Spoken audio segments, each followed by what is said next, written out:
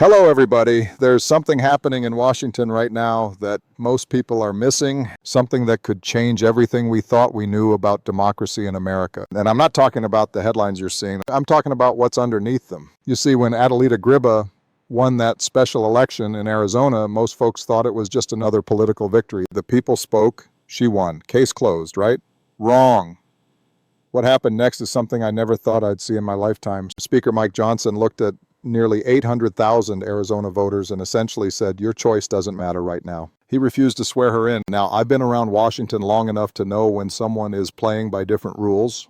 And when Arizona's Attorney General filed that lawsuit against Johnson, I knew we weren't just talking about one congressional seat anymore. This is about something much bigger. Let me tell you what I see happening here because the implications are staggering. First, you have to understand what this lawsuit really represents. It's not just about Adelita Gribba's right to take her seat. It's about whether a single person can unilaterally decide which elections count and which ones don't. Think about that for a moment. When I was president, we had our share of constitutional crises, but never, not once, did we imagine a scenario where a speaker would simply refuse to seat an elected representative because it was inconvenient. The Arizona Attorney General isn't just fighting for one woman's right to serve.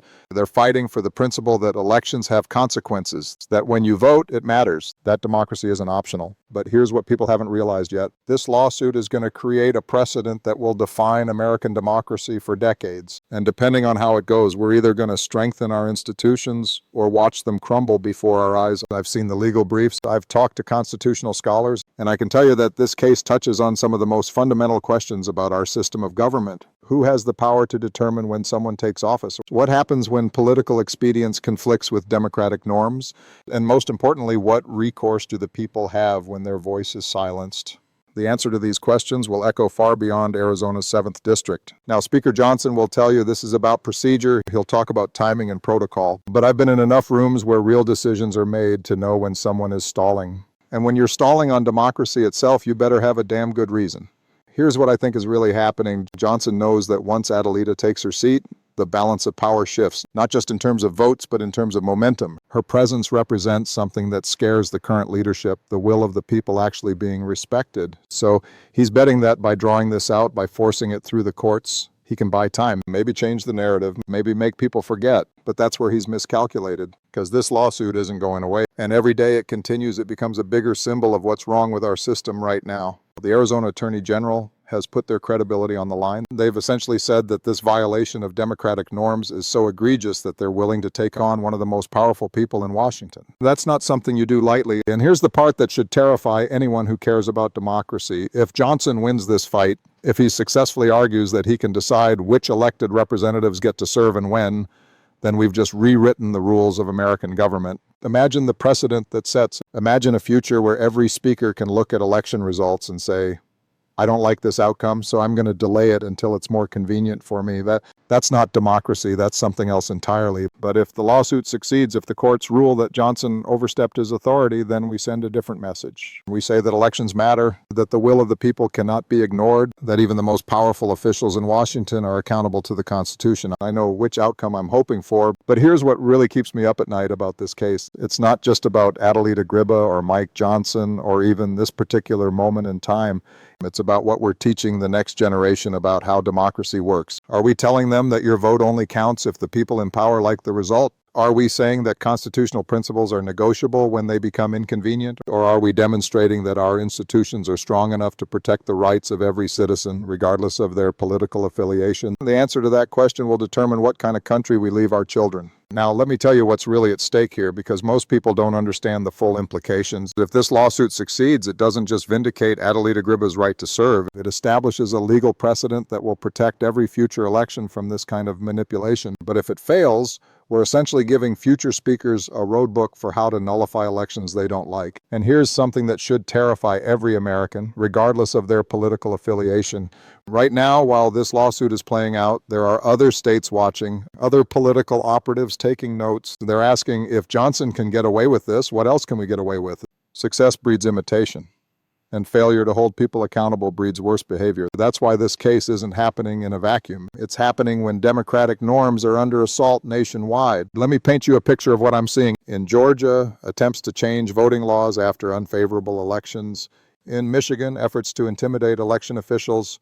In Pennsylvania, lawsuits challenging basic democratic mechanics. And now in Arizona, a speaker who thinks he can ignore election results. Do you see the pattern? Each incident alone might seem like isolated political disputes. But step back and look at the bigger picture. You're seeing systematic assault on the idea that elections should determine who holds power. The Arizona lawsuit will determine whether this assault succeeds or whether we finally draw a line. But here's what bothers me about the response to this crisis. Too many people treat this like entertainment, like the outcome doesn't matter because it's all just politics. That attitude normalizes behavior that should shock us. It makes us complicit in democracy's erosion. When I was president, I never worried about election legitimacy, never considered whether Congress would seat elected representatives. Those weren't questions. They were bedrock foundation. Now they're apparently up for debate. Let me tell you what's really driving this behavior. People in power have decided maintaining that power is more important than maintaining democratic institutions. They've calculated that short-term political benefits of breaking norms outweigh long-term damage to our government system. They're betting Americans won't hold them accountable. That's a bet I hope they lose. The Arizona Attorney General understands this. They're fighting for the principle that elections matter.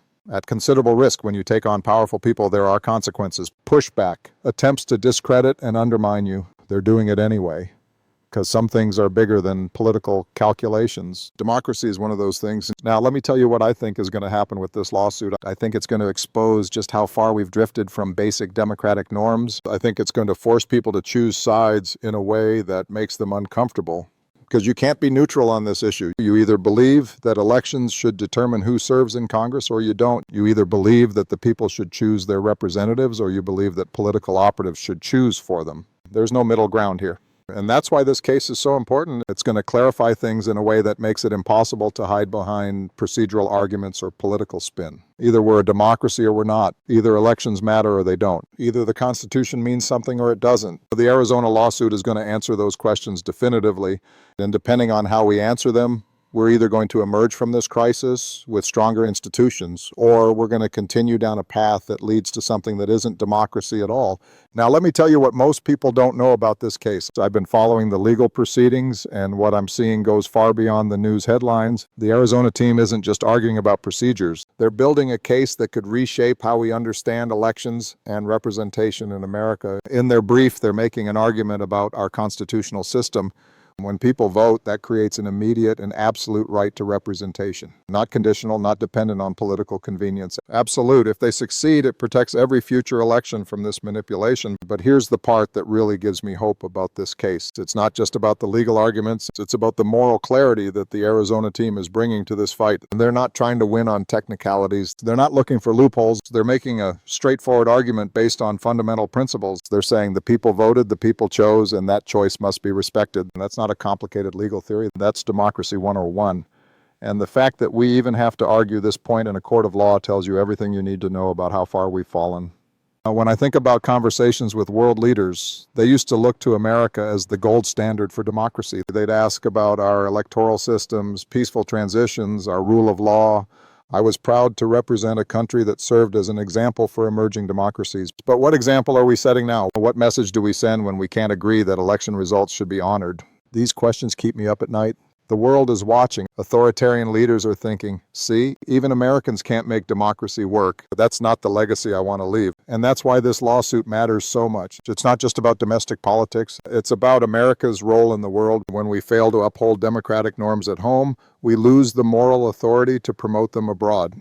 When we allow our own institutions to be undermined, we can't credibly criticize other countries for doing the same thing. The Arizona case is about more than one congressional seat. It's about whether America still stands for something. Now, let me tell you what I think is going to happen in the coming weeks. I think this case is going to force a lot of people to show their true colors. It's going to separate those who genuinely believe in democratic principles from those who only support democracy when it's convenient for them. And I think we're going to be surprised by some of the responses we see. There are going to be people who you expect to defend democratic norms who will find excuses to stay silent. And there are going to be people who surprise you with their courage in speaking out for what's right. That's always how it is in moments of crisis. The pressure reveals people's true character. Your voice matters in this fight. Your attention matters. Your refusal to accept this as normal matters. Democracy isn't just about laws and courts. It's about all of us deciding what kind of country we want.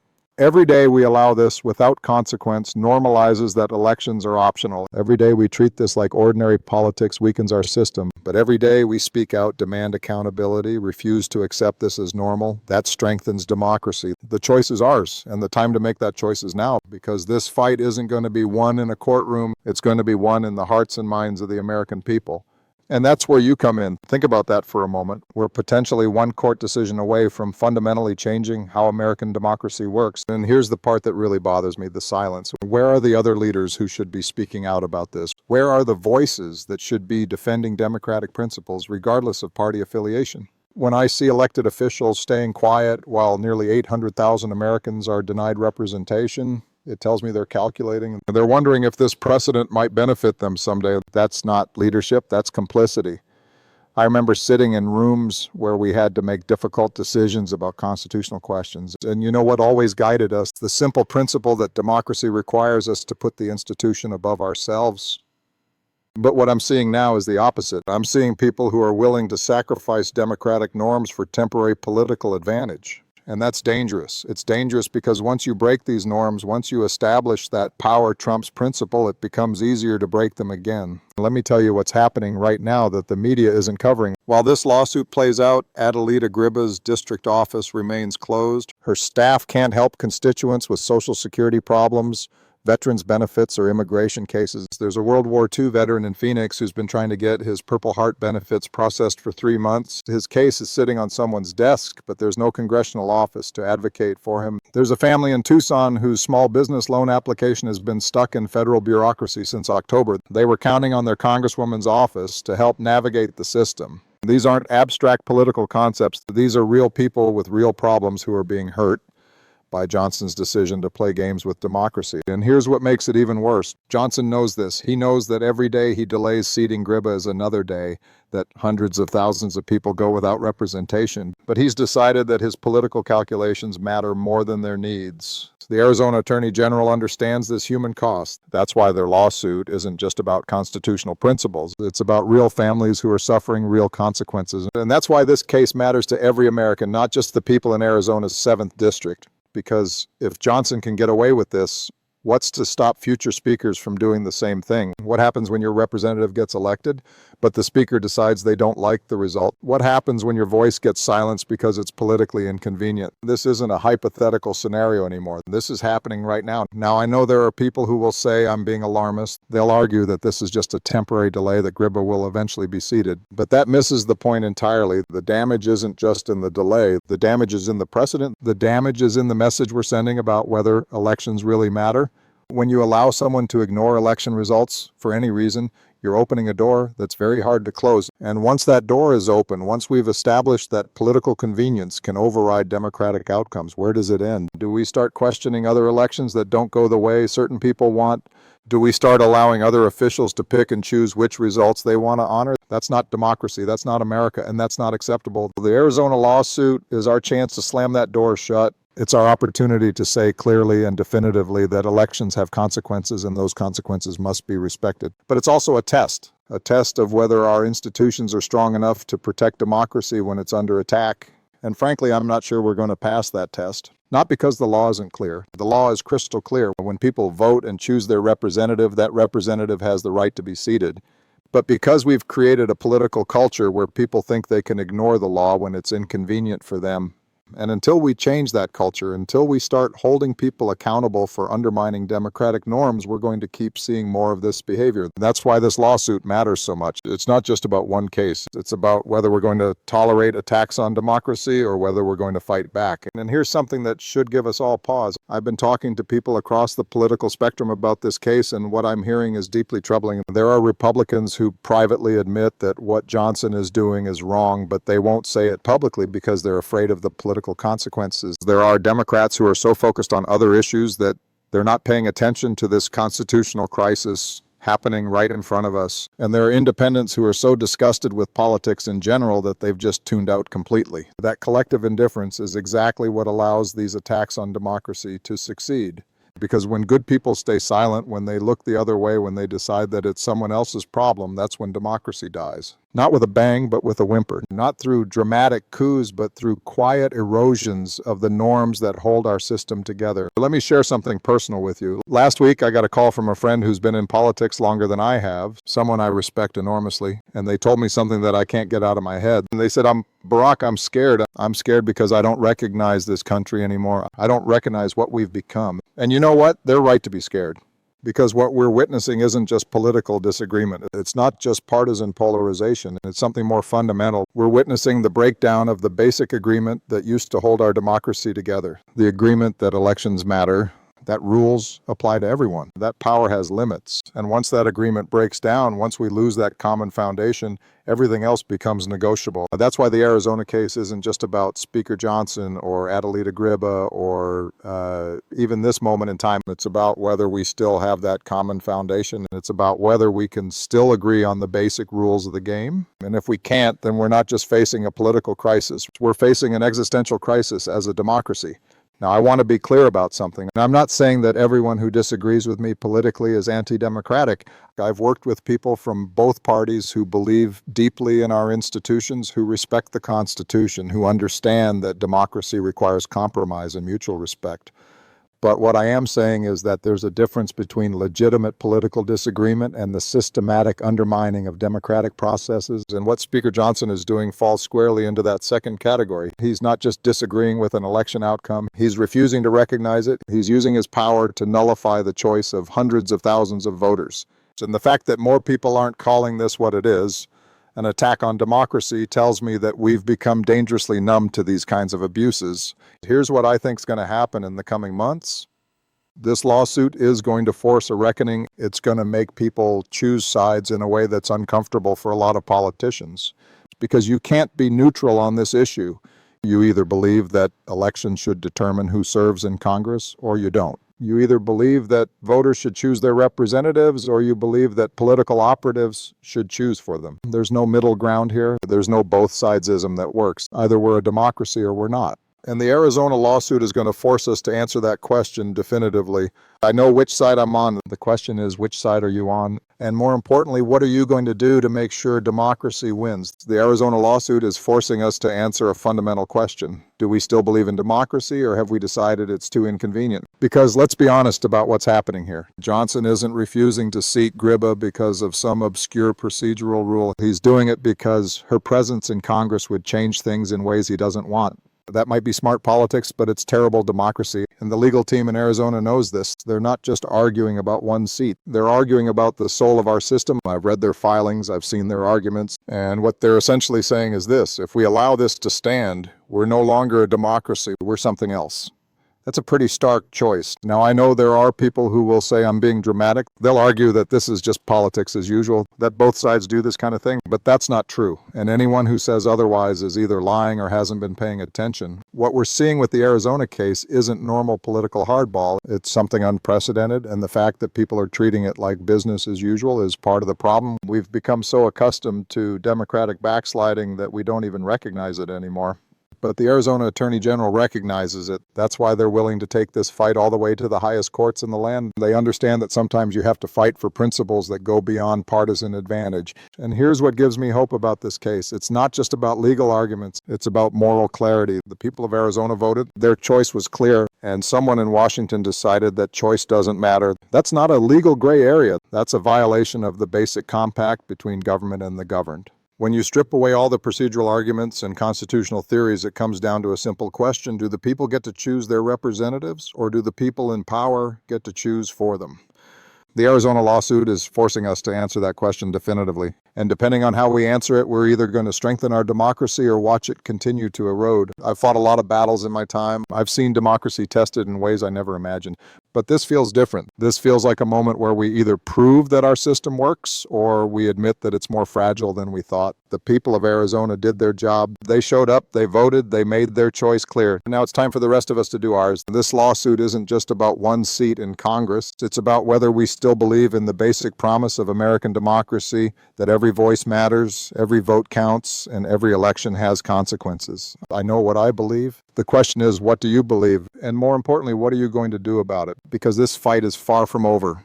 and the outcome will shape our democracy for generations to come. We can't afford to be silent. We can't afford to be complacent, and we can't afford to let anyone convince us that this is normal. It's not normal, it's not acceptable, and it's not the America we deserve. The Arizona lawsuit is our chance to prove that we still believe in democracy, that we still believe elections matter, that we still believe the people should choose their representatives. That's something worth fighting for. That's something worth defending, and that's something I'll never stop believing in, no matter what happens next.